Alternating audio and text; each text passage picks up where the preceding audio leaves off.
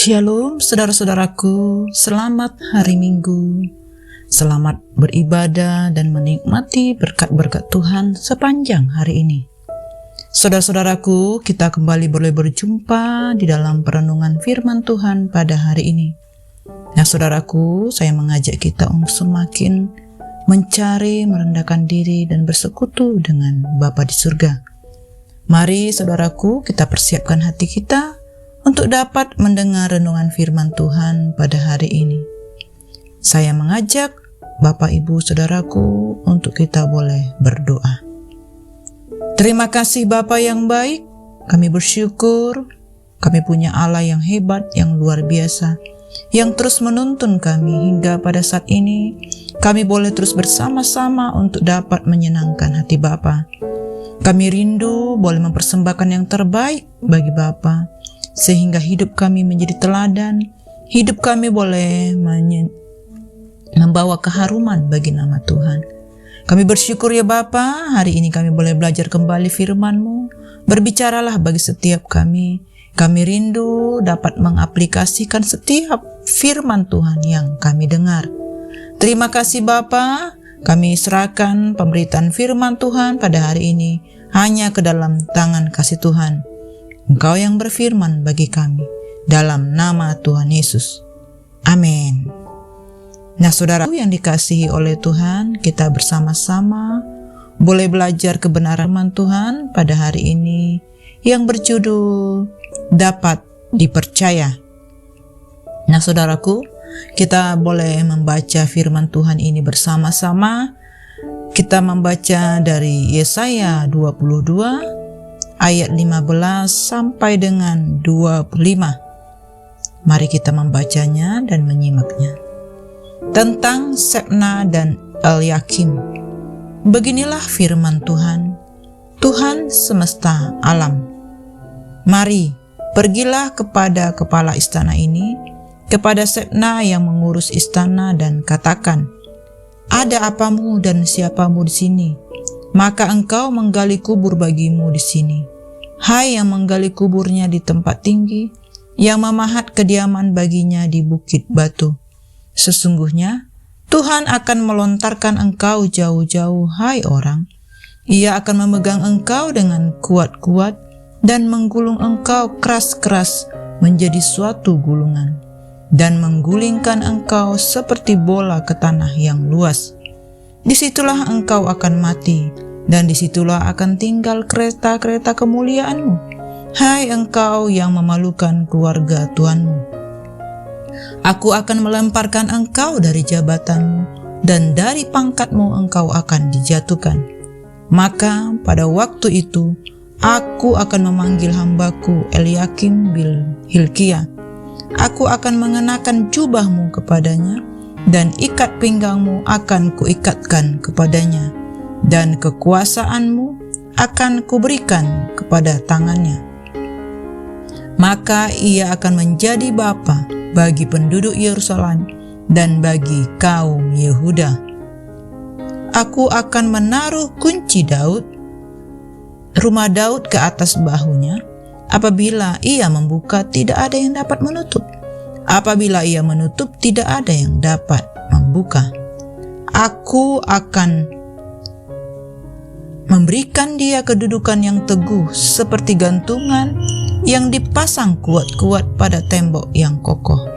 Maka ia akan menjadi kursi kemuliaan dan bagi kaum keluarganya, dan padanya akan digantungkan segala tanggungan kaum keluarganya, tunas dan taruk, beserta segala perkakas yang kecil, dari piring, pasu sampai periuk belanga. Maka pada waktu itu, demikianlah firman Tuhan semesta alam, gantungan yang dipasang kuat-kuat pada tempat yang kokoh itu tidak akan kuat lagi, sehingga patah dan jatuh, dan segala tanggungannya itu hancur, sebab Tuhan telah mengatakannya. Amin. Nah saudara-saudaraku yang dikasihi oleh Tuhan, kita boleh belajar bahwa Yesaya sudah menubuatkan penghukuman Allah atas Sebna seorang pejabat pemerintah yang korupsi. Shebna adalah pemimpin faksi pro-Mesir yang ditempatkan sebagai kepala rumah tangga istana di Yehuda. Yang kita boleh lihat dan baca, dia menggali atau membuat kubur mewah bagi dirinya. Ia memperkaya diri sendiri. Kubur mewah yang dibuatnya merupakan puncak dari korupsinya. Bagi Shebna, kubur mewah yang dibangun di bukit batu itu merupakan simbol kebesaran dan kemuliaannya. Yesaya datang menemuinya dan bernubuat bahwa oleh karena tindak korupsi yang dilakukannya, maka ia akan digantikan oleh Elyakim, seorang pemimpin yang saleh. Penggantian ini merupakan hukuman dari Tuhan. Shebna juga dihukum dan dibuang ke luar negeri sehingga menjadi budak yang hina. Saudara-saudaraku, Elyakim diberi kepercayaan oleh Tuhan untuk menggantikan Shebna. Ia memegang jabatan dengan jujur dan dia diberi gantungan tugas yang dipercayakan Tuhan untuk dapat diembannya. Namun di akhir nubuat ini sedikit kita boleh melihat mengapa gantungan itu kemudian patah sehingga tanggungannya hancur. Dan salah satu dari beberapa tafsiran kita boleh melihat bahwa Elyakim kemudian menggunakan kepercayaan itu dengan menguntungkan saudara-saudaranya. Jika Shebna menyalahgunakan jabatannya dengan korupsi, maka Elyakim menggunakannya dengan nepotisme. Baik orang asing maupun orang Yehuda tidak ada yang dapat dipercaya lagi. Saudara-saudaraku, tidak dipungkiri bahwa Shebna, kepala rumah tangga istana, berpengaruh besar terhadap segala keputusan yang diambil raja. Bahkan ada kemungkinan tindakan pemberontak terhadap Asyur merupakan usulan daripadanya. Sedemikian besar kekuasaannya sampai ia membangun kuburnya yang sangat besar untuk kepentingan diri sendiri. Shebna bukanlah siapa-siapa dan tidak punya apa-apa. Di mata Allah yang besar, Allah murka terhadap kepercayaan yang sudah diberikan kepada mereka, Shebna dan Elyakim. Keduanya menyalahkan kepercayaan yang Tuhan berikan. Saudara-saudaraku, hak dan kewenangan Allah bila Tuhan sudah memakai seseorang dengan pekerja, pelayan, ataupun setiap orang-orang untuk dapat dengan setiap jabatan yang sudah mereka miliki, maka Tuhan sendirilah yang memberikan kuasa, memberikan kepercayaan ataupun memperlengkapi dengan segala sesuatu. Saudaraku, Elyakim sebagai pekerja yang sudah Tuhan pilih diperlengkapi dengan segala kemampuan, bahkan diberi kedudukan yang tinggi. Dan juga Shebna yang diumpamakan seperti bola yang menggelinding. Elyakim di tangan Tuhan seperti kunci yang menentukan ataupun gantungan yang terpancang kokoh. Tetapi mereka tidak dapat dipercaya. Nah, saudara-saudaraku, biarlah kita belajar dari firman Tuhan ini. Kita boleh melihat dalam kehidupan sehari-hari bagaimana kepercayaan yang sudah Tuhan berikan kepada setiap kita.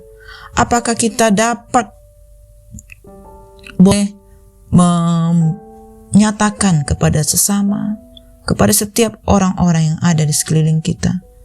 Apakah kita boleh belajar dari Shebna dan Elyakim, bagaimana mereka dapat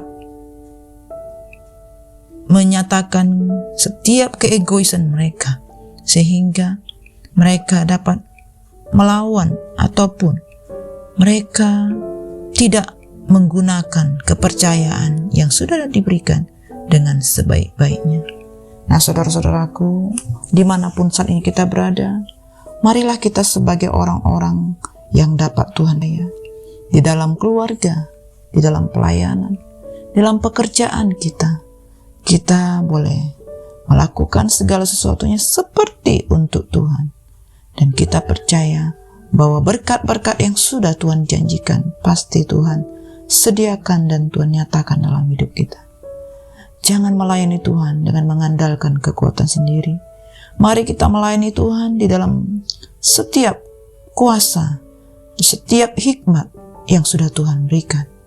Dan kita percaya Tuhan yang sudah memanggil, Tuhan yang sudah menguduskan, Tuhan yang sudah memperlengkapi, dan pasti Tuhan yang menyertai setiap kita. Demikianlah saudara-saudaraku, bertanggung jawablah dengan kepercayaan yang Tuhan berikan, dengan hidup seturut firman Tuhan. Firman Tuhan, ya dan amin. Saat kita berusaha mengerjakan bagian kita dengan benar, dengan sungguh-sungguh, kita menjauhi korupsi, kita menjauhi nepotisme, maka Tuhan yang akan turun tangan, memberikan kita kekuatan, memberikan kita solusi di dalam setiap permasalahan kita. Nah, saudara-saudaraku, demikianlah firman Tuhan pada hari ini. Mari kita satukan hati dan tutup di dalam doa. Terima kasih Bapa yang baik, kami bersyukur buat firman-Mu yang sudah kami dengar. Kami percaya bahwa setiap kami adalah orang-orang yang sudah Tuhan panggil dan Tuhan sudah pilih. Dan kami mau bersama-sama dapat belajar melalui firman Tuhan ini. Kami boleh melakukan bagian kami dengan benar, sehingga kami dapat terus dipercaya oleh Tuhan, sehingga firman Tuhan yang sudah Tuhan berikan bagi kami dapat kami aplikasikan. Ini kami ya Bapa, berkati setiap kami dimanapun saat ini kami berada. Kami percaya bahwa Roh Kudus yang menolong kami, Tuhan yang memberikan kami jubah, dan Tuhan juga yang menyertai kami dan memberikan kami kasih karunia untuk dapat menggunakannya. Terima kasih Bapa, Engkau sungguh luar biasa kepada setiap kami. Kami percaya Roh Kudus terus menuntun kami sepanjang hari ini dalam ibadah kami dan pelayanan kami. Terpujilah nama-Mu Tuhan, hanya di dalam nama Tuhan Yesus kami berdoa. Amin. Semangat hari Minggu saudara-saudaraku, kita pasti dipromosikan Tuhan dan kita melakukan bagian kita dengan maksimal. Tuhan Yesus memberkati.